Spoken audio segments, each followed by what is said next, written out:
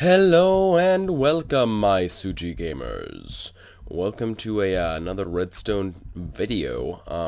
This is not a showcase this time. We're going to be doing some tutorial work here. Today we are going. Let's just jump right into this. Today we're going to be talking about custom crafting, and not just this system, but two systems. In fact, we're gonna be taking two approaches to the issue of custom crafting, but for right now, we're going to discuss this first system that I showed in the first video, my last video. Let's just throw these down. And this system, where you just throw down three items in a certain order, and it'll craft something like this basic wand or such, whatever you want.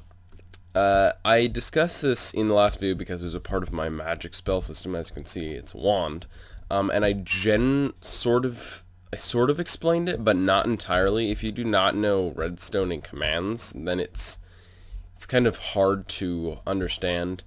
So I'm going to go sort of piece by piece through this system, and then we're going to move on to a second crafting system that I recently came up with. It's pretty simple, and it's in a beta form, but let's just go ahead and get right into this.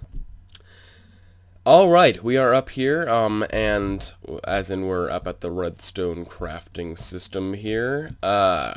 This is it. This is really it. It's not any of this even. It's just this little spot right here. Just ignore all the stuff above. This is one recipe. It's not really a lot. It's fairly compact in my opinion, and it's not that hard to set up. So let me just jump right into this. It's a clock going off repeatedly. It's a repeater clock, and it's sending pulses to these three command blocks, which are testing for items down there. Now, as you can see here, this one has found an item. Woo! Yeah, I just set down a glass, like the item down there, down on the crafting table, and it has picked it up. You see, it's testing for glass here. This is the entity that Testfor, and so it's like, oh, well, I should probably power this comparator here. And which powers this piston, which sets this block in the way. Now, this redstone signal is constantly going off, so that essentially allows it to travel to the next repeater. Now, that is like part one of whatever's going on.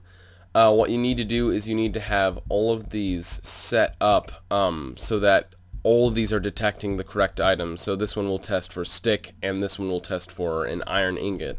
So let me just whoop, that's not what I meant to do. This is the iron ingot entity, and this here is the stick entity. So it's testing for the stick, iron ingot, and glass. And once it's found all three, then it will essentially, if I put this here, it'll power this one, and I put this here, it'll power that one, which, as you can hear and see, it made the sound effect, the explosion, bluff, and it deleted the item down there, so it's no longer finding this glass that was down there. It brought back the piston, so now it's no longer powered over here. So let's just get rid of these. And it also gave me a basic wand, a blank basic wand. So that's how that works. It's just the test, the Testfor, and then what happens after that is, after it's found all three items, it goes over to here. It powers this. This is the wand enchantment. Okay, let me slow down here, because this is going to take a second. So it's giving the nearest player a stick, which, just one. It's the normal kind of stick, because that's the only stick there is, really. With the display name, basic wand, and the lore, which is like the undertext, a basic low power wand. This comma here is essentially go to the next line. It's like a return or an enter, depending on if you use Mac or PC. Current state, and then the comma, blank. So it just gives us that, which is that's the undertext. So it's currently basic wand with the undertext displayed there, and then it is ending off that display command, and then it has this, an enchantment of ID 15 level 1. So enchantment 15 is sort of like the display enchantment. It doesn't actually have an effect that I know of. It's what they use on notch apples. So it's just it's more of just to make the wand shiny. That's pretty much it.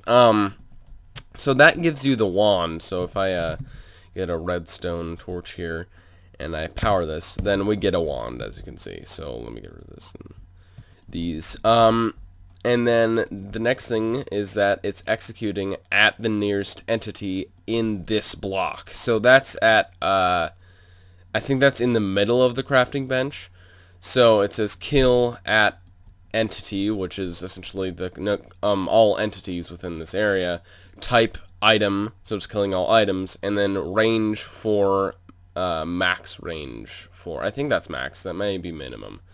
But it's like, this is how many blocks out it's killing the items. So it won't kill a player or anything. It'll just kill the items within that area. So yeah, that's how that works. And then this will play the particle large explode at that block in the middle of the crafting bench. Goes 0.8 blocks out and runs at this really intense, slow speed and plays 10 of the explosion particles. And then here's just the sound. It plays at all players. That's one problem, is that it plays at all players when I should probably have it just played down over at the recipe, the crafting tables thing there. So that's how that works. And you can easily set this up. Just like it's super simple. I'll put all these commands in the description below so you can copy this down, but it's super easy. And then another thing is, this one's something that I probably will not be able to put down in the description, but it is clone from like here to over there, and it's cloning this little space of command blocks, and it clones it up. But yeah, that's the first crafting system. It's not entirely, it's a part of the spell thing, but the spell thing doesn't have to be included with this to make this work. So I think that's pretty cool. And you can expand this to any size. Like if I made it be 9 command blocks, testing for in a 9x9 like crafting bench style radius, so like have it test for right around here. Like if I had it so an item had to be here, etc., etc., then it would explode, and then it would craft an item in its place. I think that's sort of like you can do that kind of thing if you wanted to. It just take a little editing and experimenting with the command blocks. So now that I've shown you that, I can move on to the next crafting system, which I will be right back for. Alrighty, so we are here at the new crafting system. So this new system is a system that actually has a 3x3 crafting GUI because it's a renamed dispenser. I don't know if anyone's done this yet, but they probably have, but just in case, I'll put this on here in case they haven't. So it's just, I'll explain how this works. I'll give a demonstration. So if I set this here and this here, we're just going to make one of the crafting recipes I created. This is not going to work immediately because you have to be standing on top. So as you can see, it's not working. If I take this out, just for demonstrational purposes, if I stand on top here and I set this in, it'll exit me out of the GUI, and there will now be a strong stick in here. So this is like a pretty cool little crafting system, and these can be set anywhere in the world. Like I can set one here and it'll work, or I can set one up here. They have to be facing up though. It's part of the thing, part of the system. So if I move this out of my inventory to have a clear hand, if I right click here, this is the recipe I just made, or I just used. It's inside this dispenser, and this dispenser's renamed crafting, as this one is, and it is just 6 sticks, an iron ingot, a glass block, and some blaze powder. What's happening is this command block right here is testing for this an exact duplicate of this dispenser underneath the player. So that's why we were standing on top of this, because it's testing for it like right underneath me. So that's what this is doing. It's just testing for this underneath the player, and It's pretty simple. And what happens if it finds an exact duplicate of this dispenser underneath the player, then it powers this comparator here, and it essentially powers this command. So this is executing the command at the nearest player, and it's doing it right at the player. It's cloning this command block, which has the strong stick in it, and it's facing up. It's cloning this command block underneath the player. So it's essentially just that's what it's doing. It's simple as that. It's cloning that command block underneath the player, which makes the idea that you're essentially having the GUI produce whatever item you're trying to make. So for example, if I go over here, here's a different recipe I made. This one is blaze powder, ender pearl, water bottle, and snowball. This one is constantly testing for it, like testing for an exact duplicate of that command block underneath the player. And so I will do, I believe, let me just look at that one more time. Yep. So it is a snowball, a water bottle, a blaze powder, I believe, and an ender pearl. Was that right? Yeah, okay, so so it was cleared ender pearl. Now I have a cleared ender pearl. So that that recipe worked. Yippee. So now let's go to the next recipe. It's gold nuggets, and it is magma cream, fire charge, dragon's breath, and a eye of ender. By the way, this is in the new snapshot, so that's why we have dragon's breath and stuff. It's not a mod or anything. You can do this with mods technically, but you'd need it in 1.8. So one more time, let's look at that. I have bad memory. So even with my own recipes. So let's just go ahead, and I believe this was it. So if I put this here and I take these, so I'm trying to, yeah, okay. So it automatically exited me out, and it's rune ingot. So I was trying to make it so that, you know how the spell system works. It's a generator which generates magical energy, a conductor that conducts the magical energy, and this focuses it into magic. I don't know if that's already been made up, but I thought it was a pretty cool idea. So this one is a rune ingot. I just added special text to them. An ingot made of rune gold, so it's like magically charged gold. Strong stick, a glass-infused stick that has been emptied of energy, so it's clear of energy, so energy can transfer through it all at once.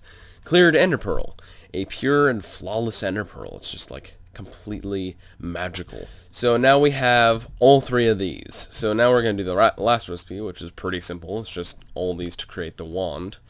I'll do this last one on the one up here to show that you can do it anywhere. So if I set these up here, then you hear that little firework explosion I added in, and it's an Adept Wand. Yay! It's blank and it doesn't really do anything, but it's part of the crafting system. So it's what I chose to have as the outcome item. So yeah, that's this crafting system. It's pretty simple. One problem with it is that I would explain this, but I'll show you what I mean. So now let's just clear out my inventory real quick. The problem with this is that now we have, if I get a redstone torch and I set that right there, now that this repeating thing is powered, I'll show you how this works and what the problem is. So for this, I'm gonna have to actually, here, clone, I'm gonna get the coordinates of this block. So if I click tab, tab, tab, and tab, tab, tab. So that's the coordinates for this block for the testforblocks command. I have to do that and I have to replace it individually in here rather than just have it be a simple copy over and it'll automatically test for underneath the player. It's just a bug in the system. It's because you cannot... It's hard to explain. The problem is that if you have it so that it just tests near the player, then it will just test for, like, for example, it'll test for right under the player if I do it with just tildes, which detect, like, at the player's position. It'll test for right underneath the player, and so at all times it'll be powering this thing. Because it's not testing for this, it's just testing for the block underneath the player. So I don't know if that's a very good explanation, but it's the best I can do right now. with my current state. I just woke up, so it's like, but we also have to do this with this one. So if I clone, the clone isn't important. I'm just getting this to, oh whoops, I'm just getting this to get the coordinates for this block. Clone this. So let me just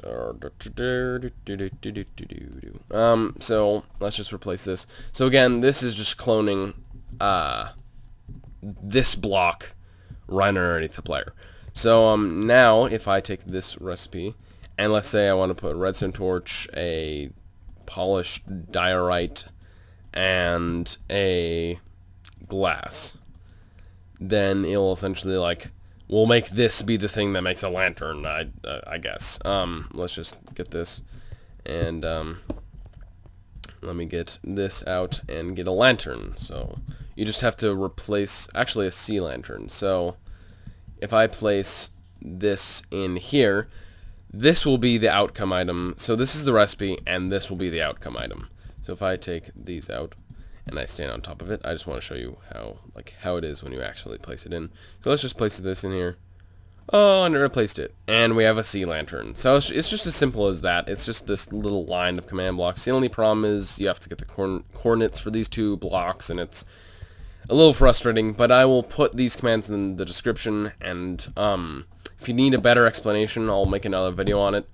But for now, that's this crafting system. So we have the first crafting system, which was the, you know, you place 3 items in a certain order, blah, blah, and blah, and it'll craft it for you. And then we have this one, which actually has a 3x3 system, and you can put it anywhere. This one is a little more useful because you can put it anywhere in your world rather than it just being in a set place. But it works, you know, it works. So there you go. Thank you everyone for watching, and like, comment, subscribe. You know, the like button will really help me out. It'll get my videos up there. And that's it for this video. So I will see you Suji Gamers next time. Bye bye.